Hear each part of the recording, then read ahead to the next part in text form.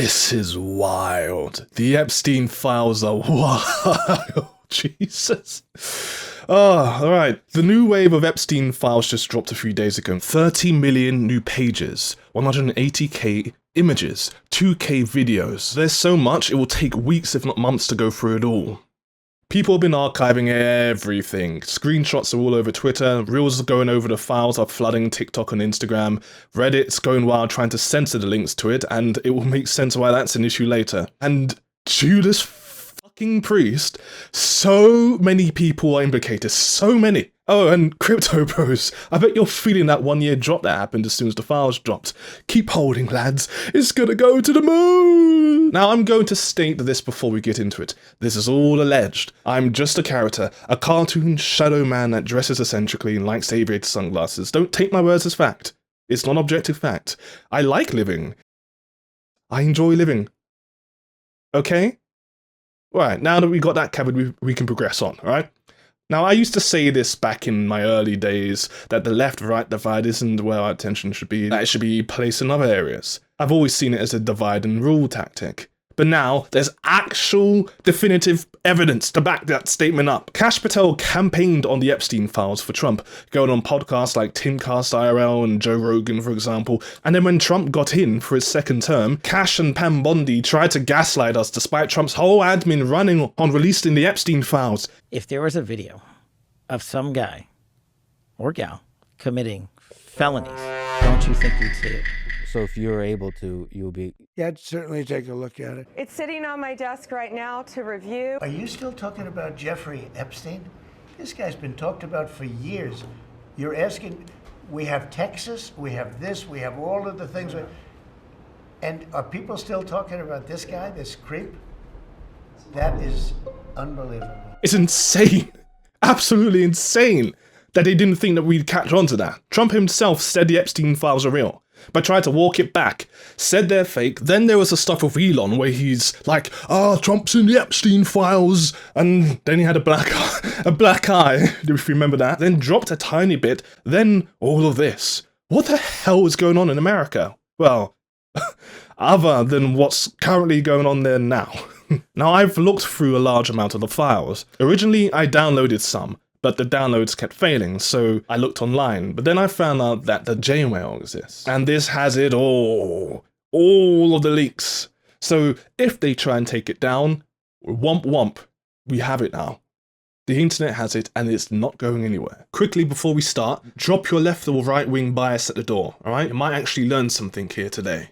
Now, at the time of recording, it's the 3rd of February. Now, thanks to the dates on the files, we can now date a lot of the files to real-world events. And we'll start around the time of the 2008 crash to Occupy Wall Street, that era, that 3-year period, 4-year period? This is when the rise of the skeptic community happened, Gamergate, and this is when we were starting to catch on to the fact that the real difference between people wasn't race, it wasn't gender or sex, it wasn't sexual preference, nationality, culture, it wasn't even religion, it was class. Class is the root of all of our differences, right? When it comes down to the individual, because that's what's more important, class is the only defining feature because it's not an immutable characteristic. We almost got there, and so when we started galvanizing together, liberals, libertarians, moderates, conservatives, against the machine, we were all like, it's the rich, they're the problem, because we believed the class system to be quite basic, starting with the working class, then the middle class, and the upper class right above them, who ran the show.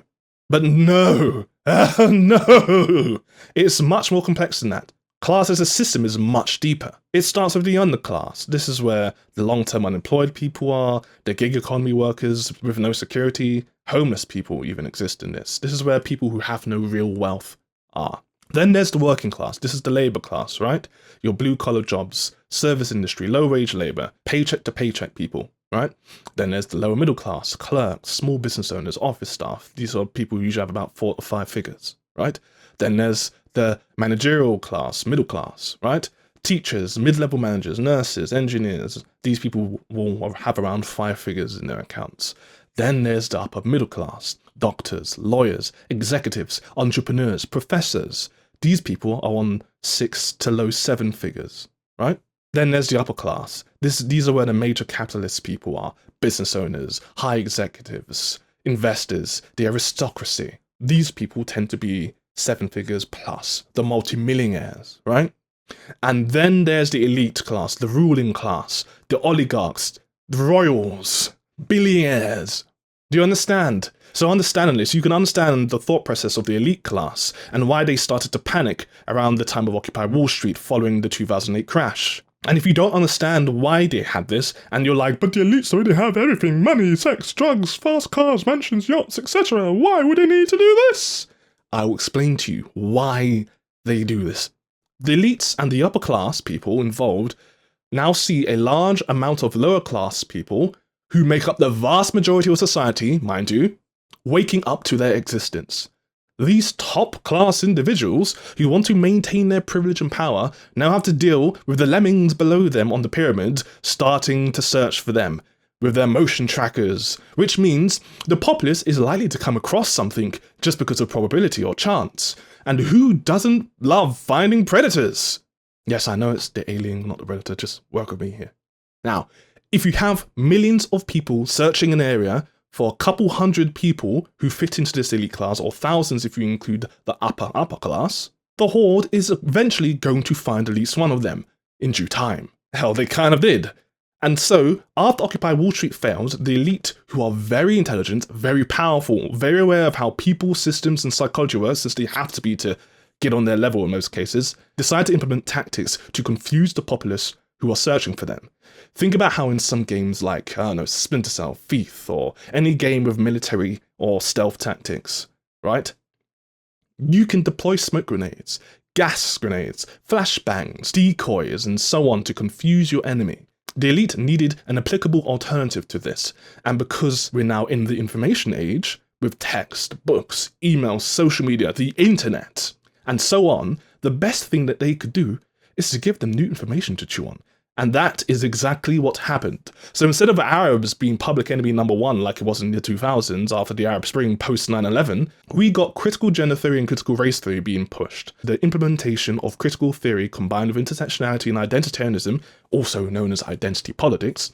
And when you take the oppressor and oppressed lens and aim it at these two things, you then get white people and men, sometimes at the same time, being seen as the oppressors, and minorities and women, and due to the creation of the LGBTQ+ identity growing up around this time, anyone who doesn't buy into the gender binary, all of these people are now being seen as the oppressed. And society went wild with it. It didn't happen overnight, but once Gamergate happened, intersectionality entered the chat. That's what led to Me Too. That's what led to the rampant anti-white sentiment, the anti-male sentiment. That's what led to the LGBTQ+ movement taking over as dominant culture. It was a psyop, and it worked for 15 years, from 2011 to 2026. And even as we start waking up to this as a population, there are still people clinging to this identitarian fallacy because for a lot of them, especially millennials and Gen Z, they became adults with this worldview. Or, in the case of Gen Z, grew up indoctrinated into it. And now when the non-conformist white people and men in general got tired of being called racist, rapist, and just bad by default, even when they were allies, it led to the rise of the pseudo-anti-establishment alliance, which was made up of the red pill, the far right, the disaffected liberals, libertarians, conservatives, traditionalists, religious people, and by proxy the intersectional groups that were part of them, like the non-woke men and women of all races, including those that would have benefited from the woke ideological group doing what they were doing due to being seen as minorities or oppressed in the West, unintentionally creating the smokescreen that allowed for some of the most powerful elites to take over the most powerful institutions in the governments of the most powerful countries on the planet, under the watchful eyes of the agents that controlled them through manipulation, coercion, and as we now know, blackmail. And now, somehow, all of this is coming out. Again, this goes back to the 2008 crash as well as Occupy Wall Street, like I mentioned before. Trump, the Clintons, Pizzagate, everything is all now validated. And Pizzagate is the most famous dog whistle, but we'll get to that another time. Like, it's not even a joke. Ghislaine Maxwell was a Reddit mod, one of the higher ranking Reddit mods. Epstein used to roast people so hard he got banned from Xbox Live, and Bill Gates is involved in that whole thing. But more importantly, hung out with the founder of 4chan, Moot, whilst Occupy Wall Street was going on. You can see the timeline here, right? And not too long after that, Poll was created. This is the foundation of QAnon, right? And where a lot of the devotion to Trump through MAGA comes from, thanks to people like Steve Bannon, another person who was buddy with Epstein. Look, I don't buy into this whole anti-Semitist identitarian hate thing that's been going on, right? But the Zionist controlling everything theory actually might be valid. Allegedly. I cannot stress how bizarre this is. It sounds like something Alex Jones would have said in the 80% of his mindless rambles over the past 2 decades, but when you connect the files with the actual events like Occupy Wall Street, the rise of wokeness into the Democrat Party, which spread like wildfire across the West, into academia, healthcare, media, entertainment, social media, it all lines up. The timeline can be mapped out almost flawlessly. The LGBTQ+ ideology was a psyop. Divide and conquer, divide and rule. The elites divided us on race, on sex, on gender, which is just a grammatical equivalent to sex, but moving on. They created the rise of socialism, Marxism, wokeness into popular culture, academia, Hollywood, the various institutions that make up society to scare moderates, libertarians, conservatives, normal liberals into buying into the political binary of left versus right. Then Agent Orange comes in as the extreme alternative side to combat the extreme wokeness, acts as the savior that will keep the wokies away, woke versus based. But it was all to cover up a deep, deep-rooted rot and corruption of the system that we have bought into for generations. It is wild, ladies and gentlemen, lads and ladettes. Alex Jones may have been crazy, probably still is, but he was right 20% of the time. It's just a shame he now grifts to them.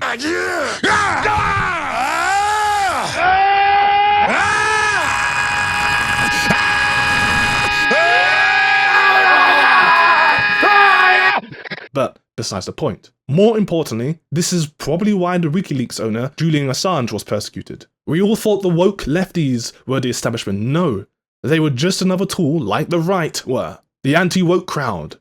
Divide and rule executed to near perfection. The culture war, this massive culture war that's happened over the past 15 years is because of Epstein and Maxwell. They controlled both sides. We all got psyoped. Left, right, center, doesn't matter. We were all part of the psyop. He controlled QAnon through Poll and 4chan, while she exacerbated wokeness through Reddit and by proxy Tumblr, which infiltrated institutions and pushed intersectionality and identity politics. The QAnon people joined MAGA. Both the woke and the MAGA people forgot who started it. Each viewed themselves as the good guys, and because both 2016 candidates, Hillary Clinton and Donald Trump, were friends with Epstein and Maxwell, no matter who won, the elites claw their way into power so that they could attempt to cover their tracks from within the establishment and the deep state.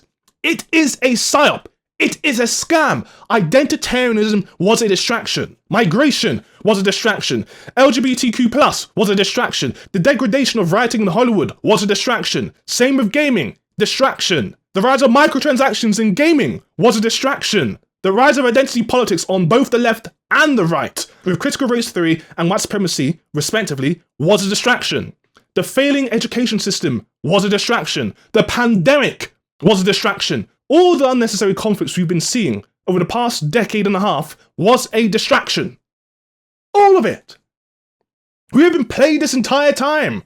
To quote Epstein, we're just goyim. We're just cattle to them. Being herded around like sheep and goats. Do you understand now? Even now we're being distracted by these terrible crimes that aren't the core issues. Yes, the pimping out of kids isn't the core. They are just a symptom. The core is that Epstein and Maxwell were facilitating the ability for the elites to commit these crimes for the purpose of blackmailing the most powerful people on the planet. All of the decades of us being brushed off as conspiracy theorists, tinfoil hat-wearing crazies and brokies locked in our parents' basements, only to find out that we were looking in the right direction all along. And you know what's the worst thing? This is what they're choosing to expose. What else aren't we seeing? We've still got over 40% of it left to view. What else is going on? That side is why there's so much gender discourse. That's why there's so many people struggling with gender dysphoria. It's why the red pill and radical feminism have been driving a wedge between the dating market. It's why people are so fixated on race, as if your skin color means anything in today's day and age. What really matters is power. Power, and those who abuse it at our expense. Everybody thinks their ideas are right. That's why the people you call terrorists call themselves freedom fighters. The fundamentalists think they're right, the capitalists think they're right, the communists think they're right. And no one will ever convince anyone of anything.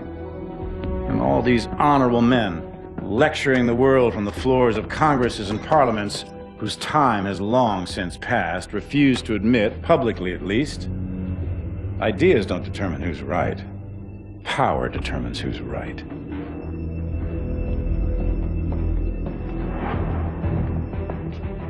And I have the power, so I'm right. Now I want to say one more thing on this topic. This is geared towards the people who are politically charged, whether right wing or left wing. Because I know that despite me highlighting that it's all been a game, some of you are going to be stuck in your partisan ideological bubbles. I understand your frustrations with the other side, believe me. I understand that there's been defamation, broken boundaries, even murders on both sides of the aisle. But understand, with some empathy and self-reflection, we've all been pawns, we've all been gaslit, we've all been psyoped. We've all been distracted by a system that wants to exploit us for the benefit of a small minority of disgusting, weak, egotistical, immoral, power-hungry egomaniacs that have done some of the most horrific things imaginable just to maintain their power over all of us. People on the left, I know you hate the MAGA crowd for backing Trump, arguably one of the worst people in these findings, but you need to reflect for a little bit. Because you were backing Hillary Clinton, who was one of the people on these files too, who's not much better. MAGA chads. I get it. A lot of you are people who are wronged by radical feminism, abused under the guise of equality and affirmative action because of your skin colour, and so on. But you all allowed yourself to be played by the people who used your pain as a weapon to further exploit us all. You became just as malleable as the woke people you criticised. Even now, some of you still glaze Agent Orange, even though now, and it's objectively true that Trump is just as bad as Biden was. And Biden was bad. A creepy, grapey guy. But Trump, whether or not he diddled any kids, is just as corrupt. I hate to say it because I was anti-establishment for a long time. But it's true. Right? And there's no evidence denying that. Right? Yes, I've criticised Trump derangement syndrome before. But with this new evidence, do you know what I've done? I've upgraded my perspective. Both the left and the right seem to struggle with this. It's okay to change your mind when new information comes out, okay? It's not okay when you defend your side just because it's your side. Detach your ego from the perspective you hold. It's immoral to maintain your stance when presented with conflicting information that harms the original perspective you held. Stances can change. Your principles cannot. And it's not about who's right, it's about what is right. Stop being subjective and be objective. And to avoid falling into the same binary that I'm currently criticising, it's time for me to go for the rest of you. The politically homeless, the disaffected liberals and conservatives, the centrists, even libertarians. You've sat on the fence for far too long. It's understandable, but understand, the fence isn't just one axis. It's not just left versus right, it's also authoritarian versus libertarian. And right now, the elite classes who are authoritarian are asserting their power over all of us while they diddle kids, cannibalize people, kill babies, and get bailed out by our tax payments. You should be the glue that keeps the left wing and the right wing in check. But you sit there on your moral high horse, letting the world burn, even though that the fence you sit on is made of wood. I say this as someone whose closest political allegiance is to the fundamentals of libertarianism. I'm all about defending people's rights to liberty. People have an immutable right to that fact.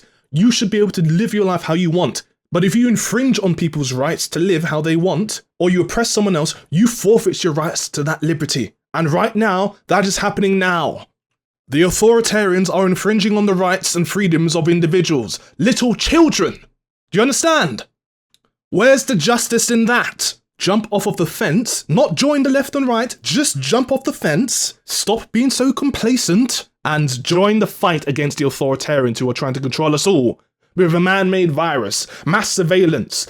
Everyone's so fixated on the whole ICE thing. Yes, ICE has done a lot of bad things, but think of the individuals in ICE right now. They are just foot soldiers. They're not Darth Vader and Palpatine. They're just literal agents of the state who are trying to feed their families in arguably the worst economic situation since the Great Depression, where houses cost 8 times the average salary instead of 2 times, like it was for the boomers, who benefited the most from all this, before The Rock came and ingrained itself into the system.